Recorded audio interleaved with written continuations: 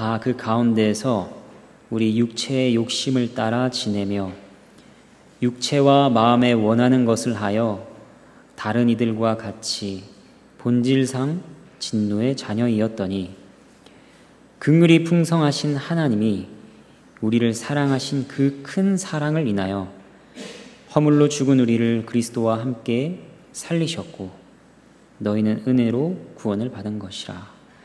또 함께 일으키사 그리스도 예수 안에서 함께 하늘에 앉히시니 이는 그리스도 예수 안에서 우리에게 자비하심으로써 그 은혜의 지극히 풍성함을 오는 여러 세대에 나타내려 하심이라. 너희는 그 은혜에 의하여 믿음으로 말미암아 구원을 받았으니 이것은 너희에게서 난 것이 아니요 하나님의 선물이라. 하나님의 말씀입니다. 하나님께 감사합니다. 성경 전체의 가르침의 엑기스 90% 이상이 오늘 본문 말씀 안에 들어있다고 여겨집니다. 바울이 에베소 교회에 전하고 가르친 이 내용은 오늘날에도 여전히 교회 안에서 중요한 진리의 말씀으로 우리에게 선포되고 있습니다. 첫 번째로 성경 전체는 우리가 가지고 있는 문제에 대해 말씀하십니다. 성경은 세상이 아름답다거나 전혀 문제가 없다, 결국 그 모든 문제들은 해결될 것이다 는 식으로 낙관적으로 말씀하지 않으십니다. 성경은 세상의 아름다움을 보여주는 책이 아닙니다. 하나님의 영광을 보여주는 책입니다. 성경은 우리에게 심각한 문제가 있다고 말씀하십니다. 하나님의 영광에 비추어 봤을 때 우리의 존재는 썩은 오물덩어리로서만 발견될 뿐이라는 것입니다. 오늘 본문에서도 동일한 문제에 대해 알려줍니다. 그것을 3절 말씀, 본질상 진노의 자녀라고 표현했습니다. 세상에 많은 문제가 있죠. 비참하고 끔찍한 일들이 많습니다. 불공평이 있고 강탈이 있습니다. 자녀를 잃거나 몹쓸 병에 걸리거나 먹을 것이 없어 굶어 죽거나 전쟁 속에서 사랑하는 사람을 잃고 두려워 떨다가 허망하게 목숨을 잃기도 합니다. 비참과 관련하여 떠올릴 만한 일들이 세상에는 참으로 많습니다. 하지만 성경이 우리에게 알려주는 가장 심각한 문제는 무엇이냐? 바로 우리가 이 진노의 자녀라고 하는 것입니다. 이것은 추상적인 것이 아닙니다. 그 어떤 일보다 가까이 있으며 실제적인 문제입니다. 주식이 하루아침에 떨어지거나 북한과 전쟁을 하게 되거나 혹은 중요한 시험에서 떨어지는 것보다 더 실제적인 문제가 바로 이것입니다. 진노의 자녀라는 말이 무슨 의미일까요? 진노의 자녀라는 말은 진노의 대상이 되는 자녀들을 의미합니다. 부드럽게 말해서 자녀이지 좀 더 강한 어조로 표현한다면 진노의 자식들이라 할 수 있을 것입니다. 그렇다면 이 진노는 누구로부터 오는 것이냐? 이 진노는 하나님께로부터 오는 하나님의 진노입니다. 세상에서 그보다 무섭고 그보다 슬프며 그보다 끔찍한 일은 세상에 없습니다. 세상에 있는 모든 고통과 비참은 하나님 앞에서 진노의 자식이라는 것에 비하면 아무것도 아닙니다. 그렇다면 하나님께서는 왜 진노하시는 것일까요? 하나님께서 진노하신다고 할 때 많은 사람들이 고약한 하나님의 이미지를 떠올리며 꺼림칙한 개념이라고 생각합니다. 하나님은 사랑이신데 왜 진노하신다고 말하느냐고 합니다. 그런데 그건 사람을 놓고 생각해 봐도 어려울 것이 없는 문제입니다. 자비가 많고 사랑이 많은 한 사람을 상상해 보겠습니다. 그런데 그 사람이 살아가면서 한 번도 화를 내지 않는다고 한다면 그것은 이상한 것입니다. 정신적으로 어딘가 고장이 난 것입니다. 사랑이 많은 사람은 약한 사람을 괴롭히는 것을 보면 화를 냅니다. 어린아이가 학대당하는 것을 보고도 아무렇지 않은 사람을 사랑이 많다고 할 수 있을까요? 사랑이 많고 자비가 많을수록 사랑과 자비가 없는 상황을 더 민감하게 느낍니다. 또 그것에 더 예민하게 반응하는 법입니다. 사람도 그러거니와 하물며 하나님의 사랑과 선하심을 그보다 못한 것으로 우리는 생각할 수 없습니다. 하나님 사랑과 하나님 진노는 모순되는 내용이 아닙니다. 그리고 하나님의 진노의 원인으로 볼 수 있는 또 다른 것은 무엇이냐? 진노의 자녀들이 가지고 있는 특징입니다. 그들의 특징은 무엇이냐? 3절 말씀, 육체의 욕심을 따라 지내며 육체와 마음에 원하는 것을 한다는 것입니다.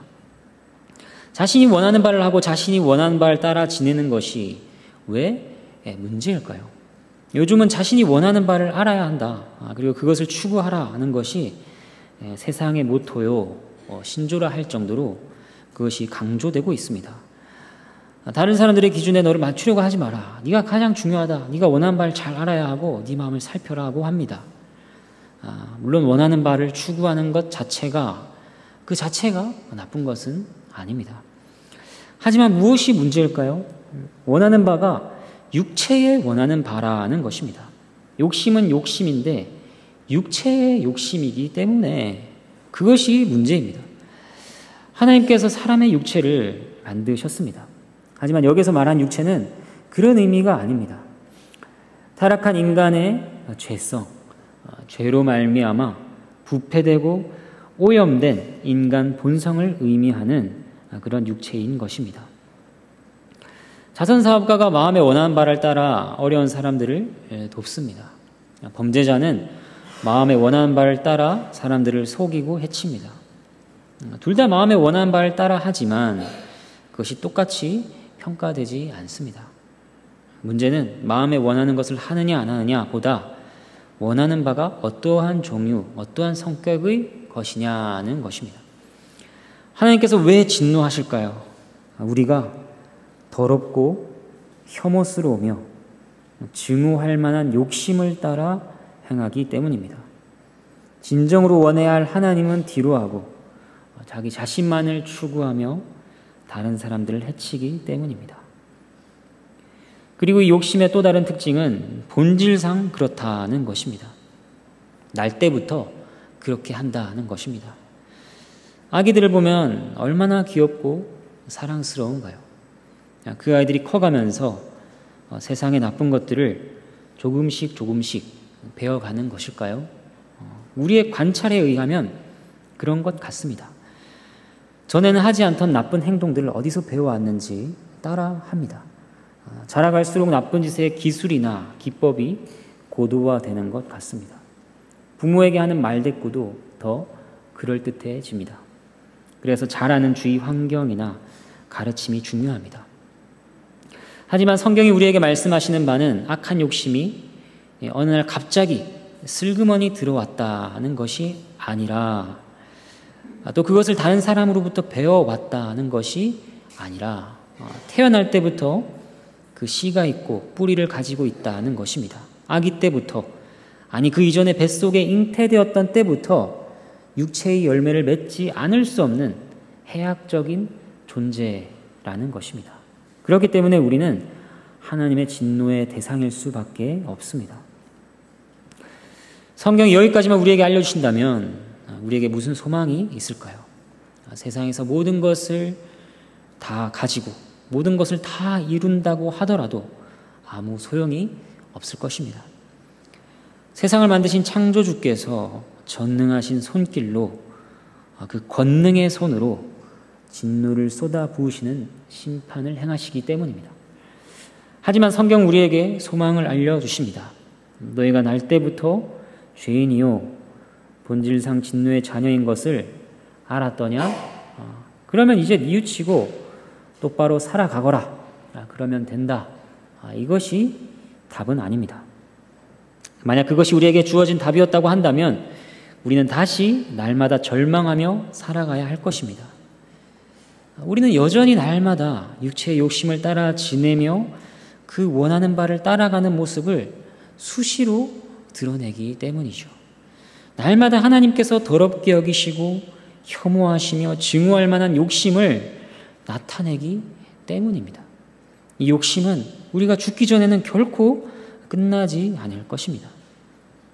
그렇다면 성경이 우리에게 알려주시는 소망은 무엇인가? 그것은 우리 편에 있는 것이 아닙니다. 하나님께 있습니다.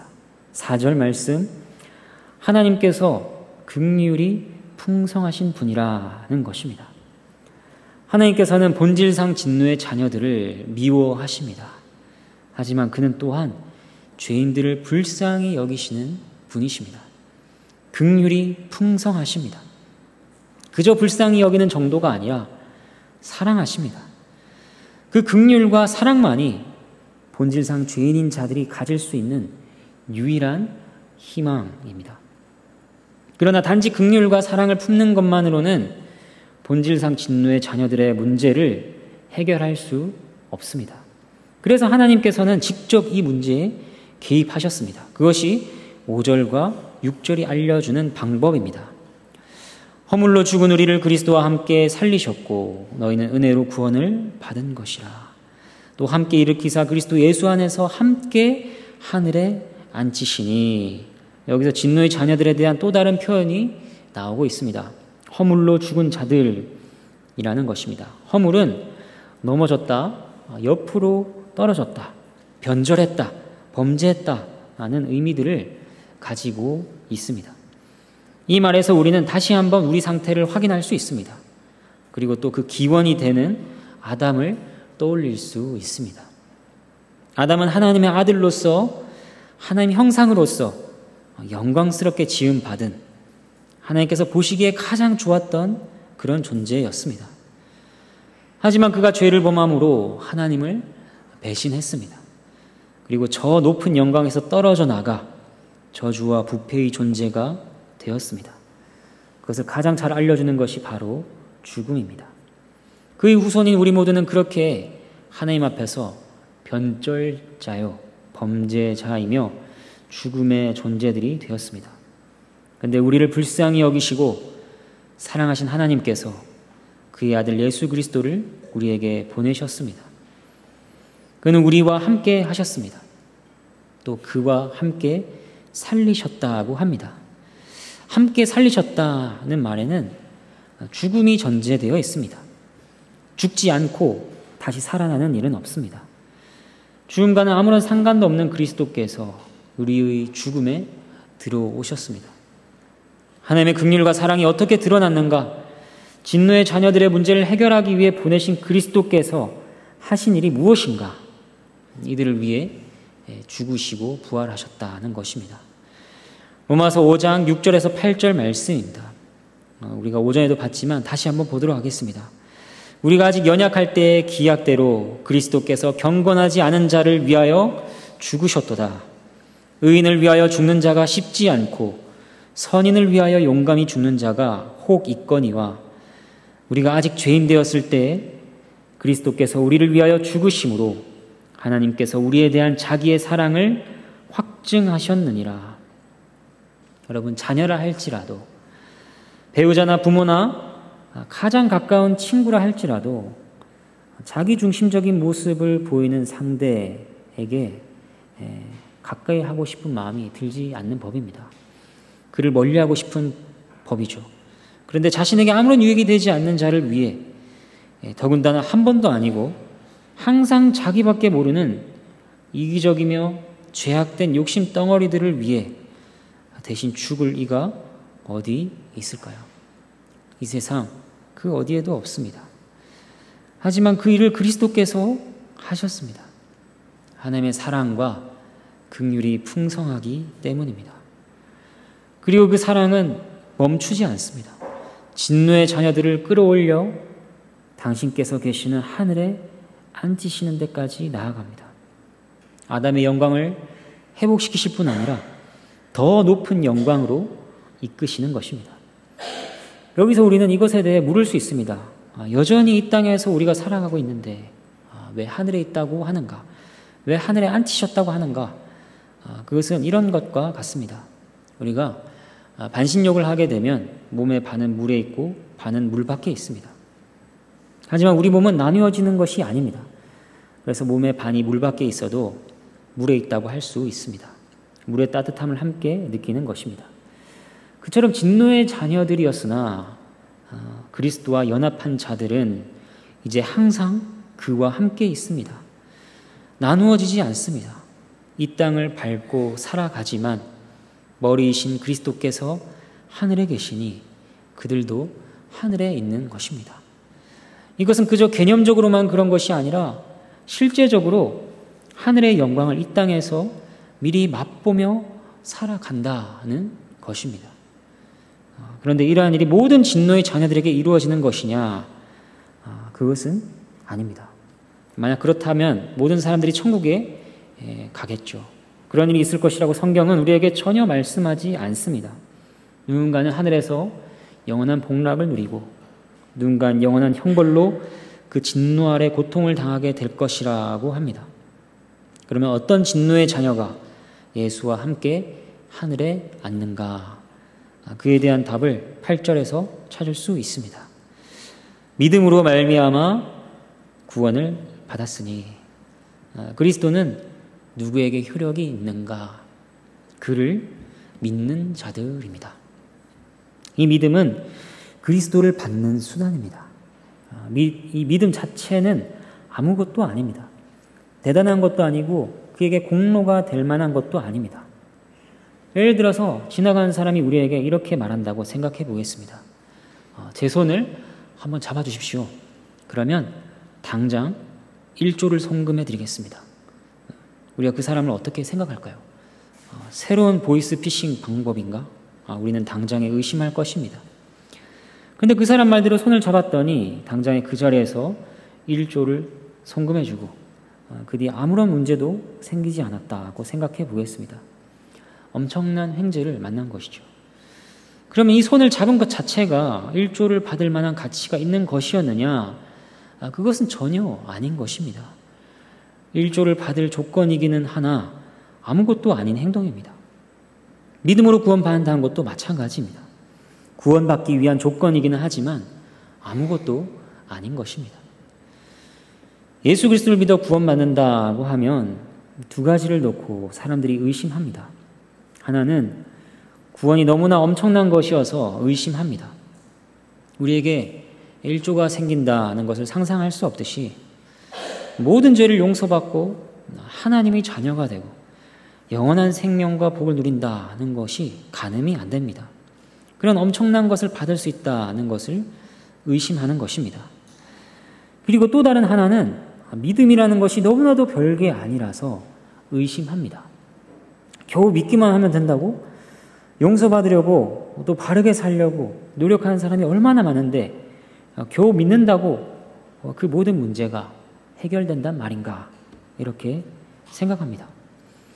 하지만 그들은 구원과 믿음 사이에 있는 그리스도의 가치를 모르기 때문에 그렇게 말하는 것입니다. 그리스도께서는 모든 복락의 주인이 되십니다. 또 그리스도께서는 그 모든 복을 진노의 자녀에게 주시기 위해 말할 수 없는 대가를 지불하셨습니다. 바로 그분의 죽음입니다. 하나님의 아들의 죽음은 그 죽음으로 값을 지불하지 못할 죄는 세상에 없습니다. 세상 모든 죄를 가지고 와서 청구를 한다 하더라도 그 죽음의 가치는 그보다 더 큰 것입니다. 그러니까 그분의 존재와 사역의 위대함이 구원과 믿음 사이에 있는 그 간격을 채우고도 남는 것입니다. 그러므로 우리는 예수 그리스도를 단단히 붙들어야 합니다. 구원을 위해 다른 것을 붙잡거나 의지해서는 안 됩니다. 그 어느 곳에도 여지를 남겨두어서는 안 됩니다. 자기 자신의 공로도 아니요 다른 사람의 공로도 아니요 오직 그리스도 뿐입니다. 고린도전서 3장 11절 말씀, 이 닦아둔 것 외에 능히 다른 터를 닦아둘 자가 없으니 이 터는 곧 예수 그리스도라. 오직 그리스도입니다. 성경 전체가 계속해서 우리에게 알려주시는 것이 이것입니다. 하나님의 심판에서 벗어나기 위해 그가 베푸신 자비와 생명의 유일한 길인 이 예수를 알아보고 그를 붙잡으라는 것입니다. 그리고 여기에는 또 다른 비밀이 있습니다. 그것은 이 믿음조차도 하나님께서 주시는 선물이라는 것입니다. 8절 말씀, 이것은 너희에게서 난 것이 아니요 하나님의 선물이라. 믿음조차도 우리에게서 나는 것이 아닙니다. 구원도 하나님께서 주시는 선물이요, 그리스도도 하나님께서 주시는 선물이요, 믿음도 하나님께서 주시는 선물입니다. 다 하나님의 은혜입니다. 받지 않고 스스로 세우거나 가질 수 있는 것은 아무것도 없는 것입니다. 이것을 참으로 깨달을 때 우리는 모든 자랑과 영광을 하나님께 올려드리게 됩니다. 그래서 이제 결론적으로 우리가 살피지 못한 구절을 보겠습니다. 7절입니다. 여기에는 예수 안에서 진노의 자녀들에게 베푸신 자비와 은혜의 목적이 나옵니다. 이는 은혜의 지극히 풍성함을 오는 여러 세대에 나타내려 하심이라. 다른 말로 하면 하나님의 영광을 나타내심이요, 우리 편에서는 찬양과 송영이라 할 수 있을 것입니다. 그리고 또 다른 말로 하면 복음을 전하며 증언하는 것이라 하겠습니다. 하나님을 높이고 찬양하는 것과 복음을 전하는 것은 별개가 아닙니다. 사도행전 2장에서 오순절에 성령께서 임하시고 제자들이 각 나라 방언들로 말하게 됩니다. 그때 그들이 말했던 것이 무엇이냐? 이를 들었던 사람들이 이렇게 말합니다. 사도행전 2장 11절 말씀, 우리가 다 우리의 각 언어로 하나님의 큰 일을 말함을 듣는도다. 하나님의 큰 일을 말하고 있구나 라고 얘기를 했습니다. 여기서 하나님의 큰 일은 하나님의 지극히 풍성한 은혜와 구원 사역에 대한 것이었음이 분명합니다. 이렇게 성령과 복음의 선포가 이어져 있는 것입니다. 하나님께 지극히 큰 은혜를 입은 우리가 어떻게 살아야 할까요? 그의 은혜를 증언하며 살아야 합니다. 삶에서 무엇을 하든 그 은혜를 증언하는 방식으로 행해야 합니다. 설거지를 할 때도, 밥을 먹을 때도, 직장에서 업무를 볼 때도, 공부를 할 때도 그의 지극히 풍성한 은혜 안에서 그것을 맛보고 그것을 고백하는 방식으로 해야 하는 것입니다. 이제 말씀을 정리하겠습니다. 오늘 말씀에서 우리는 먼저 우리가 진노의 자녀였다는 것을 살폈습니다. 이것은 우리의 과거입니다. 이제 우리는 그리스도 안에서 하나님의 사랑의 자녀가 되었습니다. 하지만 우리의 이전 상태를 잊어서는 안 됩니다. 만일 하나님께서 그의 손을 펴지 않으셨다면 우리가 어떻게 됐을까를 생각하면서 우리는 이 진리를 굳게 붙잡아야 합니다. 육체의 욕심이 불쑥불쑥 우리 마음을 주장하려고 할 때가 지금도 얼마나 많습니까? 그때마다 마음을 다잡아야 합니다. 이것은 현재 나에게 어울린 것이 아니라, 난 이제 더 이상 진노의 자녀가 아니라 하나님의 사랑받는 자녀라 고백해야 합니다. 갈라디아서 5장 16절 말씀, 내가 이르노니 너희는 성령을 따라 행하라, 그리하면 육체의 욕심을 이루지 아니하리라고 하셨습니다. 육체의 욕심 우리를 주장하는 것이 아니라 하나님의 말씀과 성령께서 우리를 주장하시도록 우리는 간구해야 할 것입니다. 두 번째로 우리가 살핀 것은 진노의 자녀들에게 주어지는 소망이었습니다. 그것은 하나님의 풍성하신 긍휼과 사랑이었습니다. 그리스도께서 행하신 일이었습니다. 그것을 믿음으로 받되 믿음 자체는 아무것도 아니라는 것을 살폈습니다. 그 모든 것은 우리에게 공로가 있어서 주어진 것이 아니요, 우리에게 어떤 조건이 있어서가 아니라 거저 주어진 은혜요, 선물이었습니다.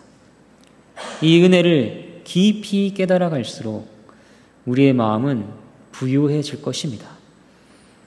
힘든 세상을 살아가는 데 있어서 그래도 살만하다 할 힘을 얻게 될 것입니다. 이 은혜를 깊이 깨달아 갈수록 우리는 넉넉해지고 든든해지고 위로를 얻고 기쁨을 누리게 될 것입니다. 그리스도인은 이 소망 때문에 살았고 이 소망으로 살아갑니다. 이 소망을 붙잡았다고 한다면 그것을 놓치지 마시기를 바랍니다. 오늘도 내일도 이 소망 안에 거하시기를 바랍니다. 만약에 이 소망이 여전히 낯설다, 무슨 말인지는 알겠지만 마음에 와 닿지가 않는다, 관심이 없다고 한다면 그것은 여전히 하나님의 진노 아래 있다는 것입니다. 언제 터질지 모를 심각한 문제를 껴안고 살고 있는 것입니다. 그런 분은 하나님께 믿음을 구해야 합니다. 부지런히 말씀을 듣고 간구하고 기다려야 합니다. 하나님께서는 그러한 자들을 결코 내버려 두지 않으십니다. 때가 되면 반드시 믿음으로 풍성한 은혜를 고백하게 될 것입니다. 세 번째로 우리는 이 모든 일의 목적이 하나님의 영광에 있음을 살폈습니다. 우리는 하나님께서 우리를 지옥의 구덩이에서 건져내셔서 하나님의 왕국으로 인도하셨음을 생각할 때 하나님의 이름을 높이지 않을 수 없는 것이죠. 오고 오는 세대의 이 경배와 예배가 끊이지 않아야 할 것입니다. 우리가 남은 인생에서 무엇을 위해 기도해야 할까요? 남아있는 인생을 무엇을 위해 살아야 할까요? 우리의 예배를 멈추어서는 안 될 것입니다. 우리의 경배를 멈추어서는 안 될 것입니다. 또 그 은혜의 지극히 풍성함이 계속해서 나타나고 더 많은 사람이 이 은혜 안에 참여하게 되기를 우리는 기도해야 할 것입니다. 그것을 위해 일하고 애써야 할 것입니다. 이러한 소망을 품고 자신을 하나님께 내어드리는 우리 모두가 되기를 바랍니다. 하나님께 모든 영광이 있기를 바랍니다. 함께 찬양하도록 하겠습니다.